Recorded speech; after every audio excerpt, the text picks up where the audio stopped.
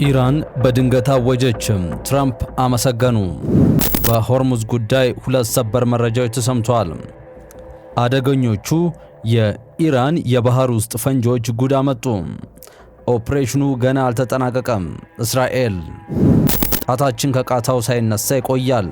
ሄዝቦላ የተኩስ አቁም ስምምነት ፈተና እንዳይገጥመው ተፈርቷል። አሜሪካና ኢራን በሆርሙዝ ሰርጥ ጉዳይ ሁለት ሰበር መረጃዎች ይፋ አድርገዋል። ትራምፕ ውዝግቡን በድል ያጠናቀቁ መስለዋል።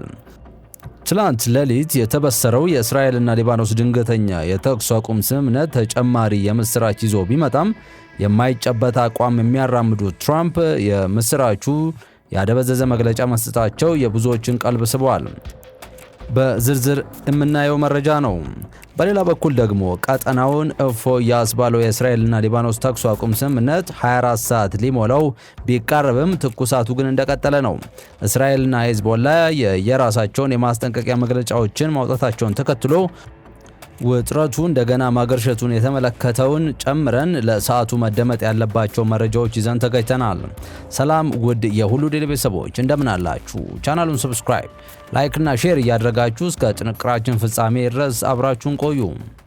በእስራኤልና በሊባኖስ መካከል የተደረሰውን የተኩስ አቁም ስምምነት ተከትሎ ላለፉ ቀናት ከፍተኛ ውጥረት ውስጥ የነበረው የሆርሙዝ ሰርጥ ለሁለቱም የንግድ መርከቦች ክፍት መሆኑ ኢራን በይፋ አስታውቃለች።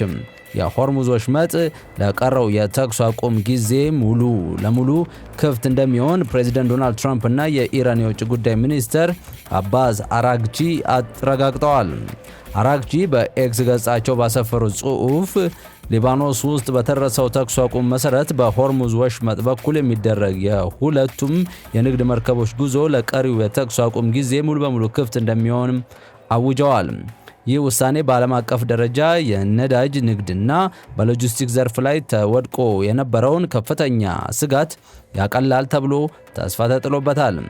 የቀጠናው ጸጥታ መረጋጋትን ማሳየቱ ተከትሎ የኢራን ባለስልጣናትና መርከቦችም ያለምንም ስጋት በሰርጡ ማለፍ እንደሚችሉ ያረጋገጡ ሲሆን ይህም በጦርነቱ ምክንያት በከፍተኛ ሁኔታ አሻቅቦ የነበረውን የነዳጅ ዋጋና የመርከቦች መድን ኢንሹራንስ ክፍያ መረጋጋት ይፈጥራል ተብሏል።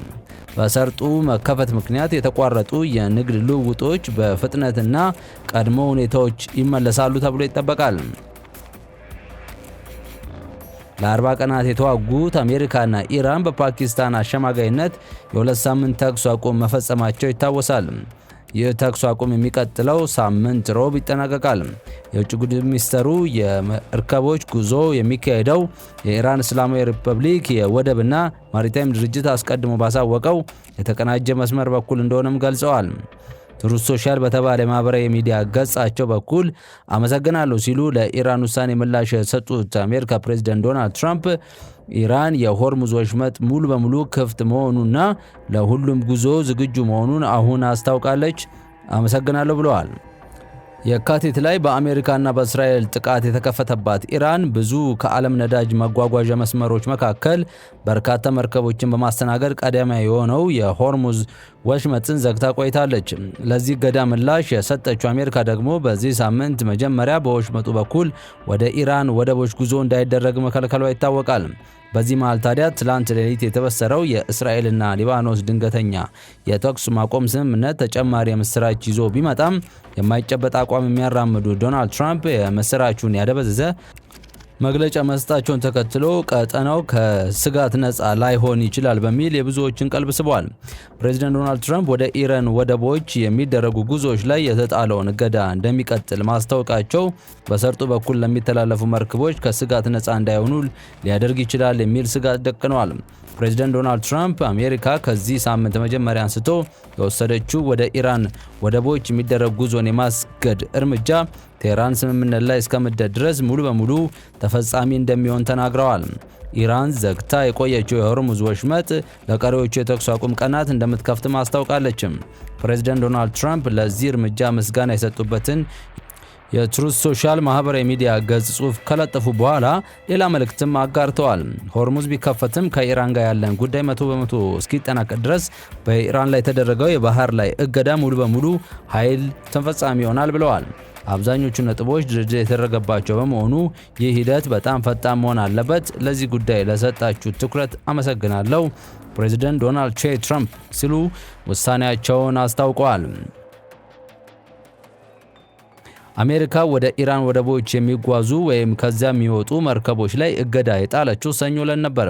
የፕሬዚደንት ዶናልድ ትራምፕ አስተዳደር በዚህ እርምጃ አማካኝነት ኢራን የፔትሮኬሚካል ሽያጭ የምታገኘው በቢሊዮኖች የሚቆጠር ዶላር እንዲቋረጥ ማድረግ ዓላማ አለው።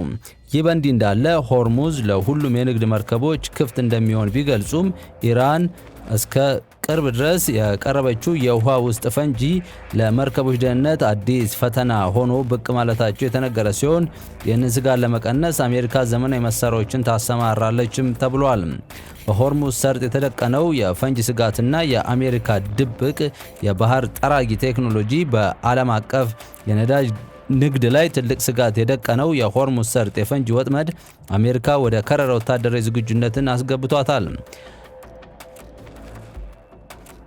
ሮይተርስ የዜና ወኪል ይፋ እንዳደረገው ከሆነ አሜሪካ በሰርጡ ላይ ሊቀበሩ የሚችሉ የባህር ውስጥ ፈንጂዎችን ለማጽዳት እጅግ ዘመናዊ የሆኑ የባህር ስር ድሮኖች፣ ልዩ ሄሊኮፕተሮችና የሰለጠኑ የባህር እንስሳትን ጭምር ያካተተ ግዙፍ ወታደራዊ ስልት ቀርጻለች። እንደ ዘገባው ከሆነ አሜሪካ ከባህሬን ከሚገኘው አምስተኛው የባህር ላይ ከፍተኛ ጦር ጋር በመሆን MH-53E ሲ ድራገን የተባሉ ሄሊኮፕተሮች የምታሰማራ ሲሆን እነዚህ ሄሊኮፕተሮች የነዳጅ ጫን መርከቦች ከመግባታቸው በፊት በባህር ላይ እየበረሩ ፈንጂዎችን የመለየትና የማጥፋት ስራ ይሰራሉ።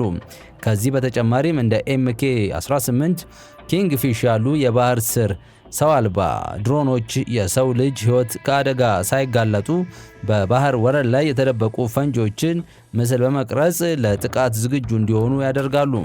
ምንም እንኳን አሜሪካ ዘመናዊ ቴክኖሎጂ ቢኖራትም የሰርጡ ጠባብነትና የውሃ ፍሰት ፈንጂዎች ሙሉ በሙሉ ለማጽዳት ሳምንታት ሊወስድ እንደሚችልም ተገምቷል። ይህ ሁኔታ በዓለም አቀፍ የነዳጅ ዋጋ ላይ ከፍተኛ መናወጥ ሊያስከትል እንደሚችልም ባለሙያዎች ስጋታቸውን እየገለጹ ነው። በቀጣይ መረጃ መካከለኛው ምስራቅ ለተጨማሪ ፎይታ የዳረገው የእስራኤልና ሊባኖስ ተኩስ አቁም ስምምነት 24 ሰዓት ሊሞላው ቢቃረብም ተኩሱ ግን እንደቀጠለ ነው። እስራኤልና ሊባኖስ በየራሳቸው የማስጠንቀቂያ መግለጫ ማውጣታቸውን ተከትሎ ውጥረቱን እንደገና ማገርሸቱ ተከትሏል። የእስራኤል መከላከያ ሚኒስቴር ሄዝቦላ ላይ የተከፈተው ዘመቻ አሁንም አልተጠናቀቀም አሉ። እስራኤል ዳግም ውጊያ የሚጀመር ከሆነ ወደ መኖሪያዎች በመመለስ ላይ ያሉ በሺዎች የሚቆጠሩ ንጹሃን ሊባኖሳውያን በድጋሜ ከደቡብ ሊባኖስ ሊፈናቀሉ እንደሚችሉ ማስጠንቀቋን አጃንስ ፍራንስ ፕሬስ ዘግቧል። የእስራኤል መከላከያ ሚኒስትር እስራኤል ካትዝ በቴሌቪዥን በተላለፈ መግለጫቸው ሊባኖስ ውስጥ የተፈጸሙ ጥቃቶች በርካታ ግቦችን ማሳካታቸውን ተናግረዋል። ይሁን ግን ሄዝቦላ ላይ የተከፈተው ዘመቻ አሁንም እንዳልተጠናቀቀ ገልጸዋል። ዳግም ውጊያ ከተጀመረ ተልዕኮውን ለማጠናቀቅ እንዲቻል ወደ ደህንነት ዞረው የተመለሱ እነዚህ ነዋሪዎች ለቀው መውጣት ይኖርባቸዋል ብለዋል። የእስራኤል ጦር አጽድቶ የተቆጣጠራቸውን ቦታዎች በሙሉ ይዞ እንደሚቀጥልም መናገራቸውን ሮይተርስ ዘግቧል። ሄዝቦላ በበኩሉ በሊባኖስ እየተካሄደ ባለው የተኩስ አቁም ስምምነት ወቅት እስራኤል ክህደት ከፈጸመች ጣቴ ቃታ ላይ ነው ሲል አስታውቋል። በኢራን የሚደገፈው ቡድን በቴሌግራም ላይ ባወጣው መግለጫ እስካሁን ድረስ በግጭቱ ወቅት የሚከናወኑ ተግባራት ሲገልጽ እንደ አውሮፓውያን አቆጣጠር መጋቢት 2 እስከ ሚያዝያ 16 ባለው ጊዜ ውስጥ በእስራኤል ላይ 2184 ዘመቻዎችን እንደፈጸመ ይናገራል።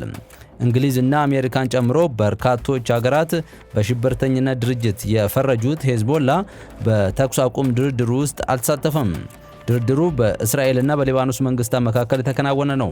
ሐሙስ ዕለት ስለተገለጸው የተኩስ አቁም ስምምነት ምላሹን የሰጠው ሄዝቦላ ማንኛውም የተኩስ አቁም ስምምነት በመላው የሊባኖስ ግዛት ውስጥ ተፈጻሚ መሆን አለበት፣ ጠላት የሆነችው እስራኤል የመንቀሳቀስ ነጻነት ሊፈቀድላት አይገባም ብሏል። እስራኤል ለ10 ቀናት የሚቆይ ጊዜያዊ የተኩስ አቁም ስምምነት ለማድረግ ብትስማማም ግን ጠቅላይ ሚኒስትር ቤንያሚን ኔታንያሁ የእስራኤል ወታደሮች እስከ ተኩስ አቁሙ መጨረሻ ድረስ በሊባኖስ ግዛት የደህንነት ቀጠና ውስጥ እንደሚቆዩ ተናግረዋል። የተወደዳችሁ የቻናላችን ቤተሰቦች ለአሁኑ ለእናንተ ይመጥናሉ ብታደምጧቸው ተተርፉበታላችሁ ብለን የመራረጥናቸውን ዕለታዊ መረጃዎች እስካሁን ያደመጧቻቸው ነበሩ። በተመሳሳይ ሀገራዊና ቀጠናዊ ጉዳዮች እንዲሁም ዓለም አቀፋዊ የጂኦፖለቲካ ወታደራዊና አነጋጋሪ ክስተቶችን ዕለት ከዕለት ተከታትለን በትኩሱ ይዘን እንደምንቀርብ እያሳወቅን የቻናሉ ቤተሰብ ካልሆናችሁ ሰብስክራይብ፣ ቪዲዮን ላይክ እና ሼር በማድረግ ተደራሽነታችንን ታዘፉ ዘንድ አክብሮታዊ ግብዣችን ነው። እኛ በዚያ በቃን። መልካም ጊዜ ተመኘን።